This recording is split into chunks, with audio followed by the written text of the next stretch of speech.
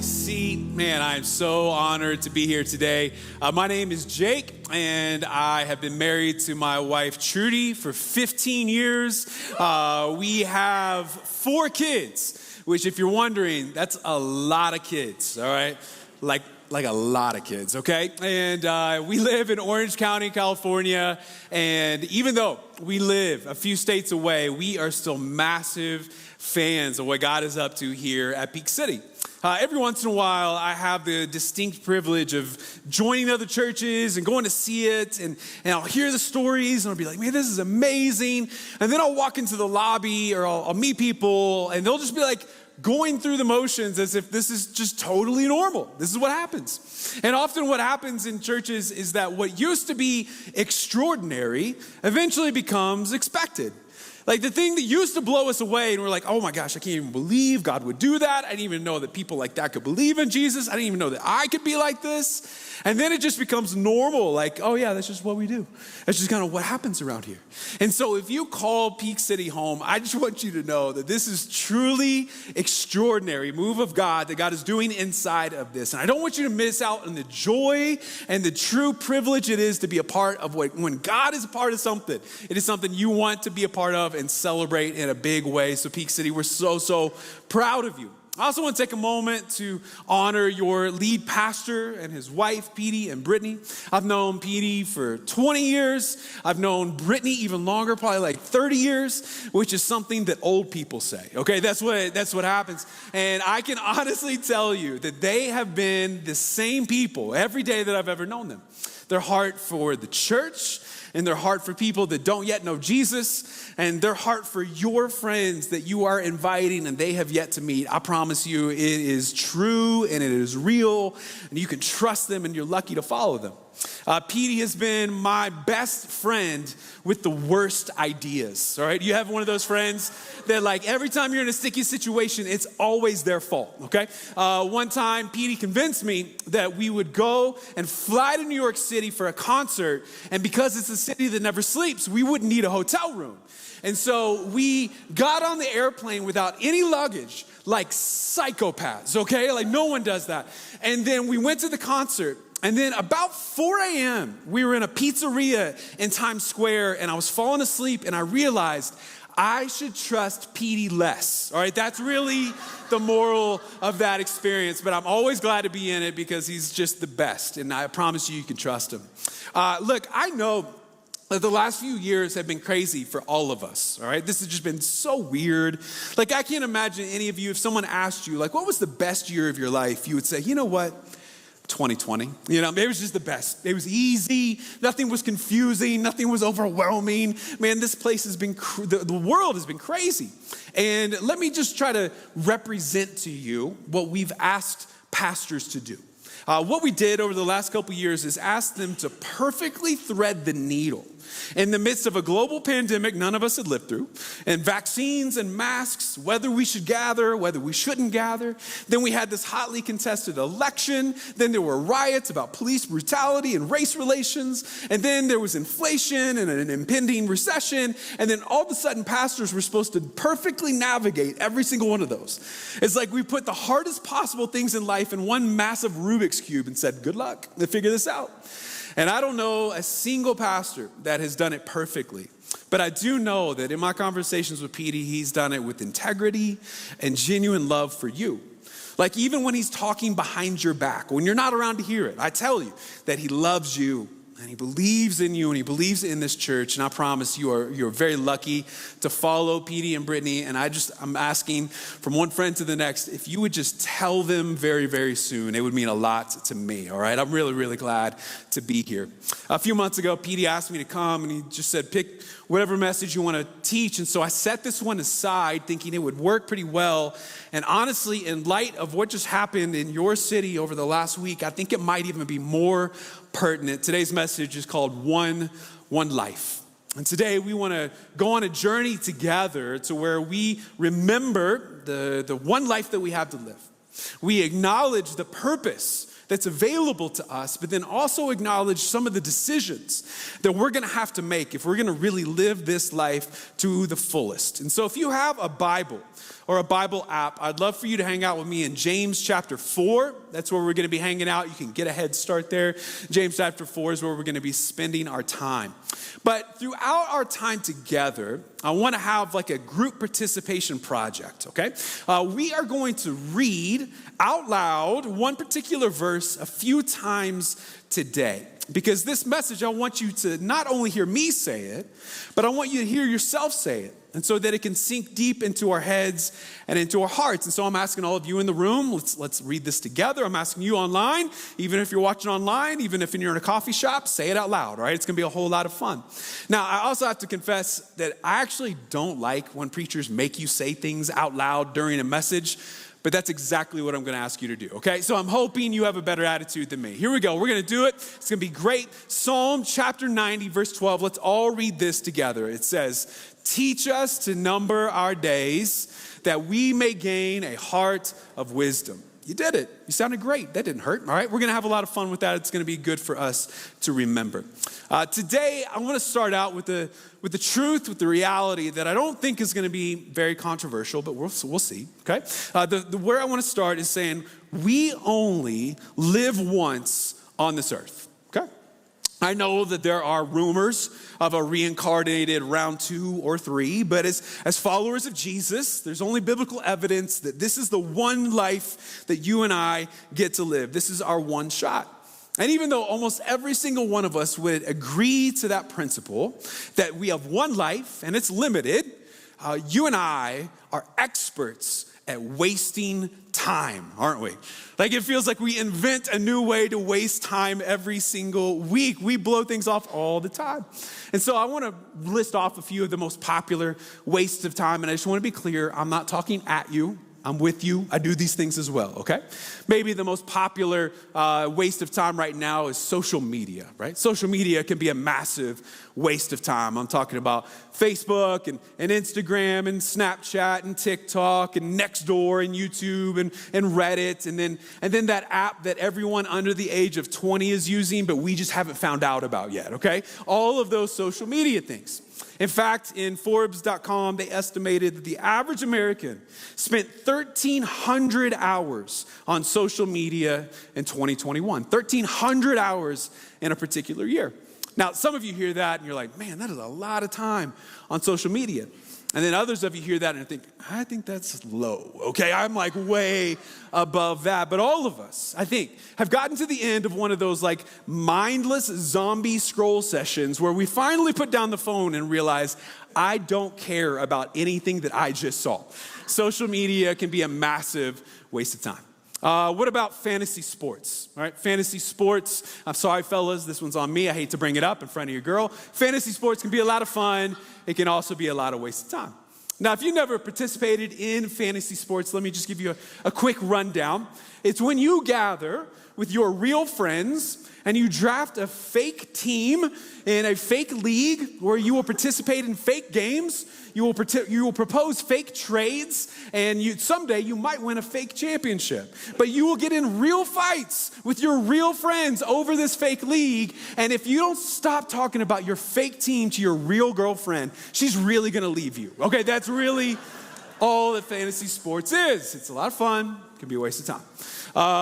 What about reality TV? All right, reality TV can be a massive waste of time. Who doesn't love a good season of Survivor or The Masked Singer or Love is Blind? I mean, what says reality more than marrying someone that you've literally never seen? Okay, that's real. That's what we do. But honestly, the granddaddy of them all has to be the Bachelor franchise. Okay, anybody here watch The Bachelor? It's fine. It's a safe space. It's okay. If you're unfamiliar with The Bachelor, here's how it works. One person simultaneously dates 25 people, all to find love because they are here for the right reasons. Okay, that's how that works. And for a franchise that's been on air for so many years, it has produced surprisingly few healthy couples. It's so crazy, I don't know why. Now one year my wife roped me into watching a season of The Bachelor with her. It wasn't my idea, but I did it anyway. And I wasn't just gonna sit there and watch it. And so I roped in the husbands of my wife's friends, and we created a Bachelor Fantasy League, is what we did. We took one waste of time and combined it with another waste of time to make a mega waste of time, is what we did. And so we gathered and we watched the premiere, and then at the end of the episode, we drafted our top 3 girls we thought would make it to the end. And I feel like I've said too much, all right? I feel like I've confessed too much, like maybe you've lost confidence in me. Maybe now would be a good time to reread our verse together, okay? Psalm 90, verse 12, let's all say it out loud together. Teach us to number our days, that we may gain a heart of wisdom. I can honestly say a Bachelor Fantasy League is not a heart of wisdom. Now, if you've read the Bible before, then you may know that the author of that verse right there is a guy named Moses. And if you've read the Old Testament, then you know Moses is like a really big deal. And he lived a lot of life in his one life here on earth. There's almost like multiple lives. He grew up as a kid in a royal palace, in a royal family. Then he spent time as a shepherd in the wilderness where no one cared about him at all. Then he became a leader of a nation and he freed them from slavery. Moses saw it all. He experienced it all. And his presumption behind Psalm 90, verse 12, is that if you and I really knew, like specifically, like if we had a number in front of us as to the days that we had left, if every day you walked into school, every day you walked into work, and there was just this digit that was one less every single day, you knew how much time you had left, there's no way you would waste it. There's no way you would blow off the important things. There's no way that you would drag your feet. If you and I really knew the number of days that we have left, we would grab life by the lapels. We would try to squeeze every ounce of purpose that it was possibly available to us. And I hope that today can be a wake-up call for those of us that are putting things off and dragging our feet, that this can be a wake-up call to real purpose. So let's start out with this truth. Life is shorter than we think. I don't care who you are. I don't care how old you are. Life is just simply shorter than we think. You remember how as a kid you would have those milestone birthdays that you couldn't wait to turn this particular age because it unlocked a life experience? You couldn't wait to turn 6 so that you could finally go to school like your older siblings, or couldn't wait to be 13 because then you weren't a kid anymore, you're a teenager. Or you couldn't wait to be 16 because then you got a driver's license that you could drive around. Or couldn't wait to turn 21 for no particular reason. I don't know why you brought it up. It's kind of weird. But basically, once we turn 21, we just stop acknowledging every single birthday because it is an annual reminder that we are getting older and life is getting shorter. And in James chapter 4, he acknowledges this human experience. And he tries to wake us up out of the coma that so many of us are in so that we can live a life of purpose. Let's read it together. James chapter 4, verse 13. He says, now listen, you who say today or tomorrow, go to this or that city, spend a year there, carry on business, and make money. Why, you don't even know what will happen tomorrow. What is your life? You are a mist that appears for a little while and then vanishes. Instead, you ought to say, if it's the Lord's will, we will live and do this or that. As it is, you boast in your arrogant schemes, and all such boasting is evil. If anyone then knows the good they ought to do and doesn't do it, it is sin for them. James here, he's writing to this group of people, and it sounds like that week they had just finished like some strategic planning session at work. They were at some executive retreat, and they marked out the next 5, 10, 15 years of what they were going to do. And apparently the move was in this next year is that they were going to relocate, they were going to set up shop, and they were just going to make a ton of money. That was their whole point. And for some of you, you might sit back and think, man, that sounds like a whole lot like what I did this week. Or maybe your family literally plans to relocate for a new job because it's going to make more money. So like what's James' deal? Like, why is he so against planning? Well, planning wasn't the problem. It was the participants in the plan that James had a problem with. See, these people had built their entire life plan around making money. That was like the whole point of them doing anything day in and day out. And James is saying, what do you mean? You don't even know what tomorrow has to bring. Their plan was entirely predicated on their business acumen, around their talents, around their skills, and they decided that because they were in their primary earning years, the focus of their life ought to be making as much money as possible. And there was one particular person that was conspicuously absent from the planning session. It was God.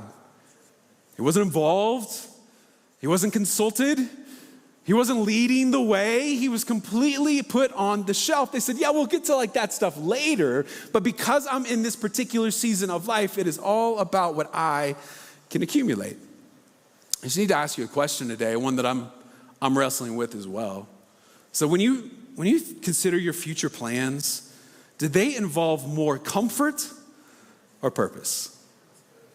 Like when you think about who you want to be in 5 years and you're like dreaming about the future, and I'm not talking like one of those type A spreadsheet kind of people. I'm just saying like when you daydream, when your mind just drifts off and you imagine the future, what does it look like? I just know, I'm just going to confess this, my daydreams about the future are always more comfortable, never less. They almost always involve a few more square feet. And I just happen to be driving a newer model of a car, and there's usually an extra zero at the end of the paycheck, and it's just always more comfortable. And sometimes I look at my daydreams and I realize that's not actually more purpose. I'm not actually contributing to more, and my daydreams never get less comfortable. And what James is saying is that if that is the primary lens through which we see the world, we are going to miss out on so much. You see, the assumption behind those comfort kind of decisions is that time is on our side. So that there's plenty of time to eventually get around to the important things and the God things. But for now, we can just kind of put those off and make an extra buck, accumulate as much comfort for us and for our family. But eventually, we'll get to the things we want to do for God. But first, let's lock up some comfort. And James just comes in off the top rope. And he says this in verse 14, you are a mist that appears for a little while and then vanishes. It says here today, gone tomorrow. According to a World Bank survey, the average American life expectancy is 78.79 years. 78.79 years, that's what we can expect. Now for some of you, you hear that age and you're like, that's ancient. Those people are old, that's so far away, I don't even think about it. For others of us, the older that we get, the younger that sounds, okay? And then for others of you, it may be a memory. Like you remember turning 78. That was something that happened. You posted all about it on your Facebook page, okay? Not on Snapchat. You've never heard of Snapchat. But on Facebook, you posted all about your 78th birthday. James says, friends, this is way shorter than you think. It's a mist. Maybe you had company come over for Thanksgiving at your apartment this week, and you just needed it to smell better than it normally does. And so you grabbed one of those air fresheners and you sprayed that sucker down, and for a second there was a mist, and then it was gone. You ever been to a lake or to a beach, and there was that early morning mist lying right above the water, and then the sun came up, and it got hot, and it burned off. The mist was gone. James is saying life is so much shorter than you think. And the point James is making is not to bum us out or to discourage us or get us down. He's just trying to wake us up because the presumption of tomorrow erodes the urgency for today. The longer that we assume that there's always another day, always another week, always another year, we will put off what is so important. Reconciliation will be considered, but it'll never be pursued. Generosity will be something that we think about but never actualize. Encouragement will be withheld. Decisions will be delayed. But did you notice how James wraps up chapter 4? He said, if anyone then knows the good they ought to do and doesn't do it, it is sin for them. He didn't call it a mistake. He didn't call it a missed opportunity. He calls it sin. Now, so often when we think about sin, when we think about falling short of the standard that God has set, we often consider sins of commission. These are sins that we commit. It's when we knew where God had drawn the boundary and we just blew through that boundary because A, we didn't think it was a big deal, or B, we thought God was holding out on us from a really good time, and so we crossed that line and we committed a sin. Many of you might think of the Old Testament, like the 10 Commandments, like murder, lie, steal. All those things are sins we commit. James here, he's highlighting a second category of sin called a sin of omission. It's that thing where we know what God is asking us to do. We know what he wants us to do, and we just simply choose not to do it. Like we wanted to apologize to that friend and reconcile that relationship, but it's still so weird, and I don't know how they're going to respond. We held on to some of our resources because we were scared of the future, that there wouldn't be enough. We never got involved in ministry because we were always waiting for a slower season of life. And James is pointing out that life is so much shorter than we think. And when we fail to do the right thing, it's just as damaging as doing the wrong thing. Let's read our verse again. Psalm 90, verse 12. Everybody out loud. Here we go. Teach us to number our days that we may gain a heart of wisdom. First thing, life is shorter than we think. And then the second thing is that only a few things really matter. In this life, I promise you, that list is very, very short. Only a few things really matter.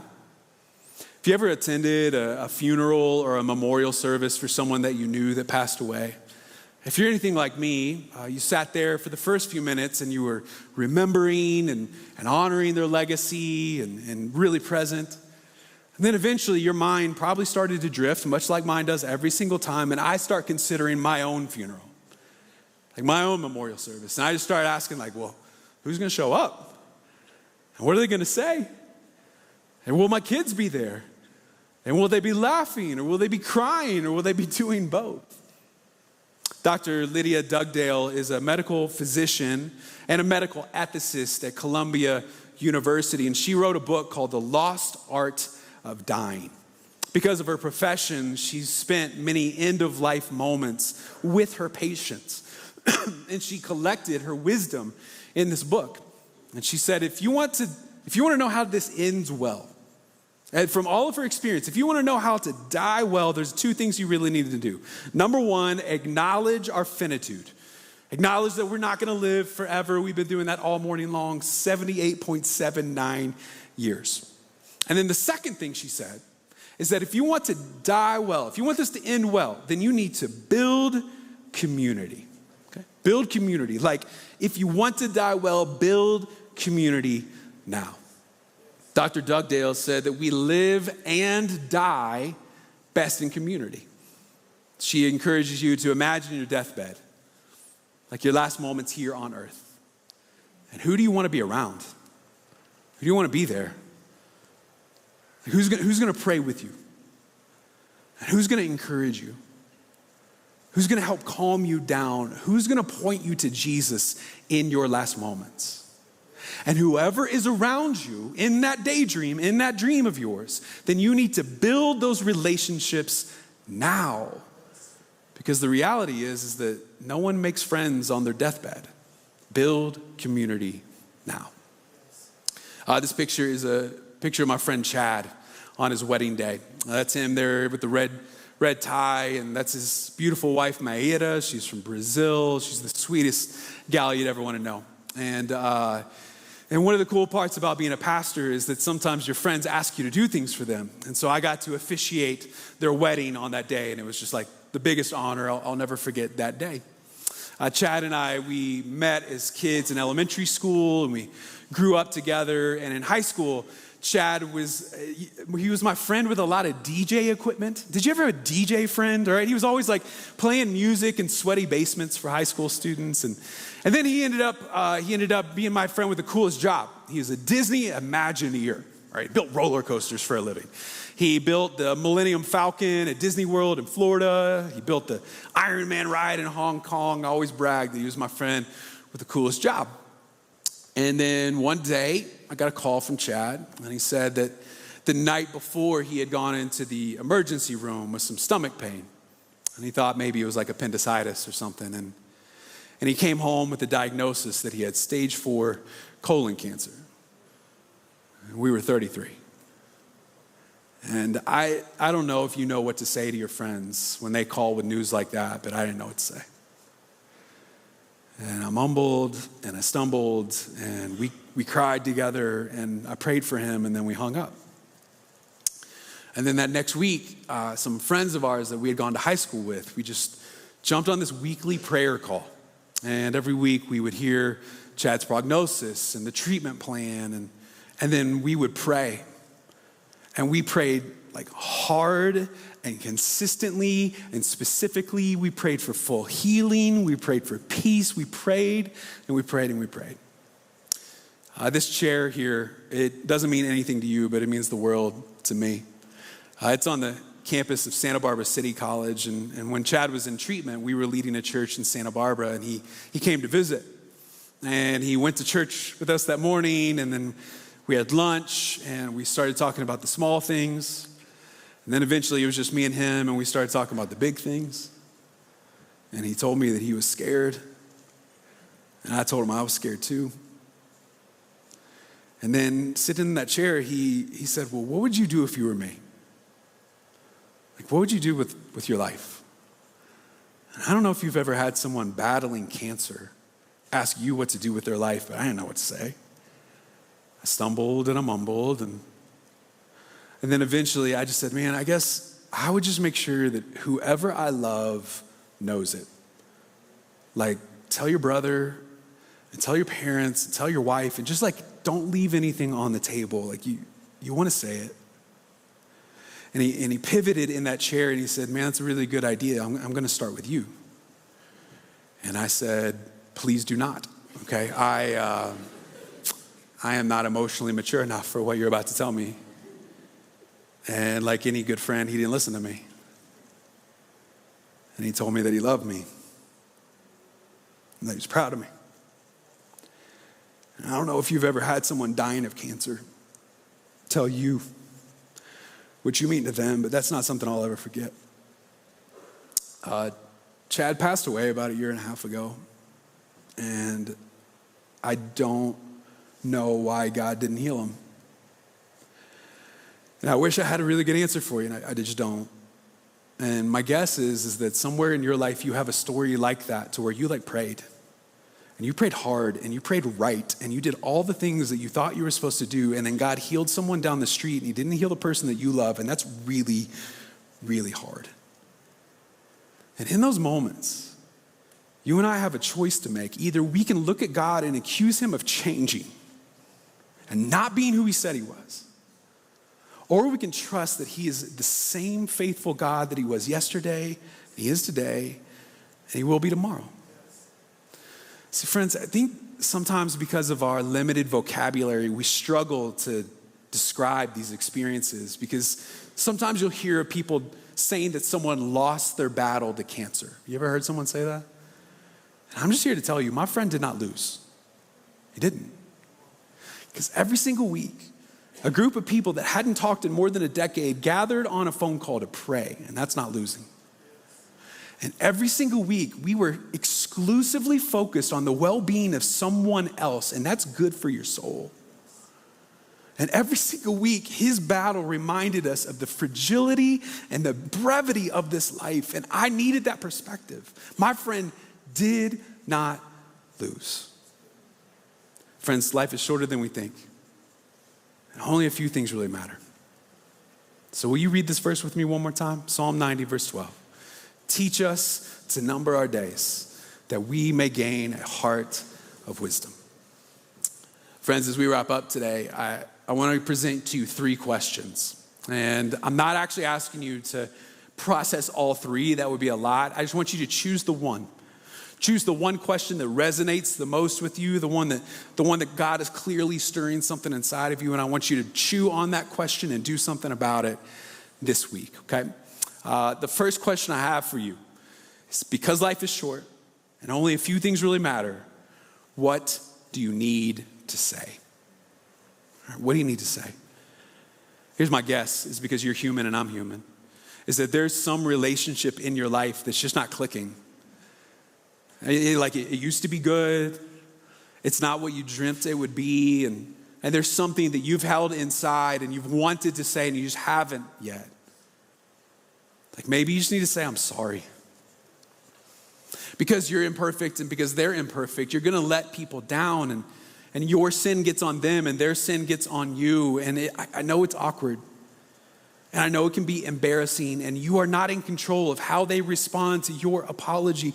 But the liberation that comes from taking ownership and expressing an apology, I promise you'll never regret it. Maybe today, like before you leave this lobby, you need to look at someone that you love and trust and say, I need help. You've had this thing that you've been calling your battle and your struggle and your challenge. And friends, it's an addiction. And every single day you wake up thinking, today's the day that I kick it. This month has gone pretty well. And eventually we end up in the same place over and over and over again. And you need to find the help and the love that you need by just saying, I need help. I need help. I can't do this on my own. And because I know this place, I know you will receive with love and grace and compassion. Maybe you just need to say these 3 powerful words. I love you. Because here's what I know about you. We haven't met. I know this about you. There's someone in your life that you love and they're not sure that that's true. And for absolutely $0, you can remove that ambiguity by just saying it out loud. Saying, I love you. I love you. Can I get the attention of the dads in the room real quick? All the fathers. The power of those 3 words from a father to a child are life-changing. Hey, I don't know what your dad was like, and I don't know, maybe affection wasn't freely offered in your house growing up. I'm just saying you can change that now. There should be 0 ambiguity from your children about how you feel about them. And all you got to do is look them in the eyes and say, I love you. I just want to be really clear. This is not to negate the importance of a mother's love. Moms are just better at it than us. And when a father looks in the eyes of a child and he says, I love you, and you watch that posture straighten and those shoulders get thrown back and the heart that is full to take on the world, and all it cost us was 3 simple words. I love you. Life is so much shorter than we think. Only a few things really matter. What do you need to say? Here's my second question for you. What do you need to stop? What do you need to stop? I know it's kind of funny to talk about our wastes of time, but that's real. And maybe more so than ever before in human history, there are these little black rectangles that fit in the palm of our hand that become a vortex for our attention. And it's just so easy to escape and not engage. And I get that, I know. Do you know what Netflix has ever asked of me? $15 a month, that's it. Right? They've never asked me to change. They've never asked me to apologize. I've never had to mature in my character. All they need is their $15 a month and I can watch as much TV as I want. You know who does ask me for stuff? People. The people in my life need things from me, and I'm not all that good at it sometimes. And so it's just so much easier to scroll and to escape. And I just wonder if today's the day that we all just put down the device and look at the people in our lives and finally engage in this one life we have to live. What do you need to stop? Here's my final question. It's just, what do you need to start? Well, what do you need to say? What do you need to stop? What do you need to start? We have already acknowledged just how short this life is. And I'm just going to put all my cards on the table. I'm a pastor. I love the church. I've dedicated my entire life to it. All right, I'm biased. I get it. I cannot think of a single place that is more worth your time and more worth your investment and more worth your contribution than the church of Jesus Christ, okay? I've seen the organizations, and I've seen the clubs, and I've seen the travel sports, and I've seen the vacations. I get it, I understand it. This is eternal stuff that we're talking about. And does the church have her warts and her scars? Yeah, absolutely. It's not perfect because you're here. It's not perfect because I'm here. But I'm telling you, I've seen marriages healed that otherwise would have ended. And I've seen families reconciled and have hope. I've seen people that were in the pits of addiction truly find freedom. I've seen people find purpose when they had been told their entire life that they had none. I'm telling you, the Church of Jesus Christ is the only place I want to give my life, and I hope you will jump in. And if you're here today and you are not yet in the game, let this be your wake-up call. That this is the place, that God is the one to serve, that Jesus is the one that changes things, and it's his Spirit that we get to celebrate when life change happens. I can't imagine a better place to be. What do you need to start today? Friends, life is shorter than we think. Only a few things really matter. And I hope that the words of James 4 are a wake-up call. If you've been sleepwalking through this life, like I have been tempted to many times before, let this be our wake-up call to get in the game, to stop escaping, to engage the one life that God has given us. So right now, I want to pray for you. I want to pray that you will have the courage to grab hold of one of those questions, to chew on it this week, and actually do something about it, because we need the courage, not the clarity, we need the courage to take the next right step. So will you stand with me as I pray for you today? Father, we are grateful. We're grateful for the one life that you've given us as an incredible gift. We're actually also grateful for the brevity, because it wakes us up to what matters most. And if there's some of us that have been dragging our feet, and we've been delaying, and we've been putting it off, I pray that you will give us the courage to take the step to send the text before we leave the parking lot, to get in the game and stop waiting until things slow down, to genuinely see the next right step that you have put in front of us and have the courage to take it. God, we are grateful for what you have given us. Let us live this one life to the utmost and have the purpose that you have, only you could provide.